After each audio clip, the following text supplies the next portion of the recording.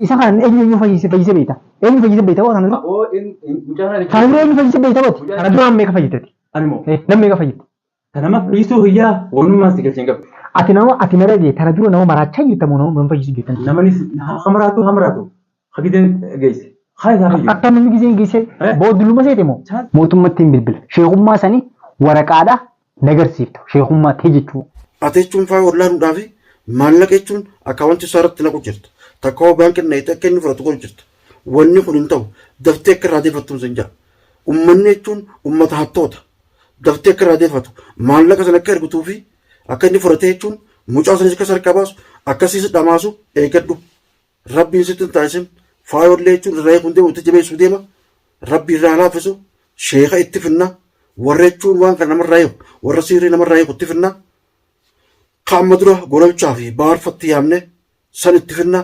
Ati ammoo daftee akka gartee gurbaa san nuyitu abdisan abdi sheekaa miti sheeyxaana. Sheeyxaana akka nuyitu sheeka barbaanneetti bakka inni jiru ni beekna itti finna.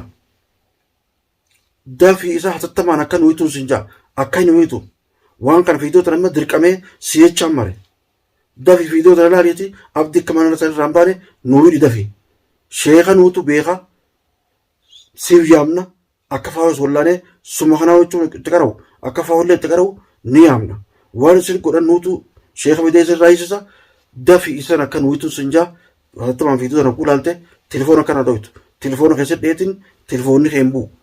Fiidoota akka laalte takka risaalatti yagguu garte risaalaa si barreessitin jira dafii telefoona naa dhaye. Waan kana hunda keessa naatu seema. Daftee telefoona naa dha'u qabda. Hoggumee kan sitti deebisee telefoonni keen bu'u. Moo akkas godhee jira maallaqa sanii daftee akka deeffattu. Isa sana immoo akka hiitee jechuun mana keessatti nuun eeytu. Dhufnee akka goonu nu beeka. Asumaanuu dhaammannoon xiyyitanuma daawwattoota keenya jechuun itti himaadha. Maaliif komentii ilaaluutti hin jiru silaa komentii ilaaltee daawwattoonni keenya jechuun komentii irratti si barreessu jira. Namni kun nama jawaatee akkas godhee namni kun jechuun nama formaatee akkas godhee namni kun nama namaa yaadu miti namni kun sheexaanaa jedhiti komentii jalatti si barreessu jiran. Komentii ilaaluutti jettu daftee komentii yoo seente siif galtii yoo komentii ilaaluu baatte akkuma fiidootii dagarta ta'an nadhayin sinjaa telefoona jawaateetis si ergatin jira risaalaa irratti telefoonni kan waan hin buuneef telefoonni jawaateettis dhabuu dandeessa natti illee as dhabuu dandeessaan sinjaa asumaan hatattamaan oguu gartee akkana dhoytu takka akka jawaatee dhoytu waan kana keessa nuutu si himaa.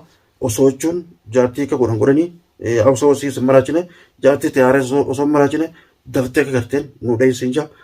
Amma na dhagee wanta kan barbaade sheeka. Ati dhuguma sanii sheeka ta'an halee galgala eegaa ati iftee qottee booda dhugaa afaan hin dubbattee jirti wayyaan irraa dhuftee. Fiddee? Dawaa fide. Tadawaachiis kan barbaadni kama ijoollee miskiinan baasii jechuun wayii mucaa galakitte. Mucaa gadi lakkifne ambar wanni nan siin jechu jiru ka dura kaasii dursu faayodha moo ijoollee. Amma rakkummaa teetanoo wali dhaabbatte. Akkam wal dhaabbatte. Yoo yaada takkaate jirtu. Isummaatu rabbiin kanaafuu si dalalu malaati ati mi'iyyoon si wayyooyte agarte. Ilmaan namaa kana mucaa san maatii akka gartee inni deemee gartee eeshisaa eeshatu maan godhe boo haati mana keetii duraan. Torbee meeqa afaan hin dubbanne bakka sana jirti. Akka nama gartee reefatti. Sheekh akkanaa jira jaanii karaa nama isaanii kana nama magaalaa deeffachuudhaaf akka sanittis fayyadamuu danda'anii takkitti takkaa fayyisanii duuba irraa hiikanii isaan warri godhu sheekha isaanii qondaalu guddaa duuba jira isumaatu ergee bakka bu'aa ta'ee dhufe intala sana huccuu diimtuudhaan akkas godhanii ana malee namni tokko fayyisuu hin danda'u ana malee sin jechaa jira rabbi malee tokko fayyisuu hin danda'u. Rabbi qofa waa fayyisu sababa ilma namaa tattaafadhaan numa jirti raajii akka malee goda malee seentee jirta mucaan mataa baakaa buukiidhaa san akka malee dhas shawwade bilbila jira saniitis akkasuma qabadhu iccitii hedduudhaa jira iccitii baatee jirtu jira fiidiyooleen isaanii hunda qaama mootummaa bira hundatti bal'aqamteeti.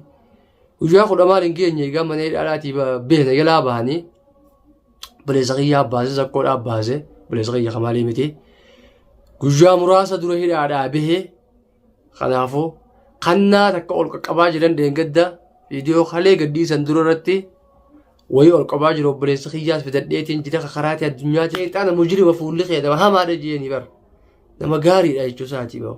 nama kaadafee na amanee horii naa naqee ati eeysa jirtaa jechuu keeti abdi dhugaadha baantaati raajii ati eeysa jirtaa hanqa amma duraa waa'in an dalagaa ture fuulli kiyya kuni akkamitti hin mul'atinii siin jee barraajee keenya jecha bareedaadha jee akkamitti mul'atinii nama hamaa jechuun isaa daftee na amanteeti horii waa'in an si gaafadha naana ittee nama akkanaa ta'u meeqaan tamtu jira siin jee tamam hoda account itti naqadhu itti naqiti خلاص خلاص جاهز جاهز خلاص سيني جري لا سيني جري هو رسالة تقدر تاني hiiteew miskiina akkanaa meeqaa jira qonqosiif kannanii nam meeqaatu hidhaa jira mana akkamitti siidhanii jiran jechiin soqortaa jiru gartee miti kanaaf if dhaqqabaa rabbumaa kanama dhaqqabuu rabbumaa if dhaqqabii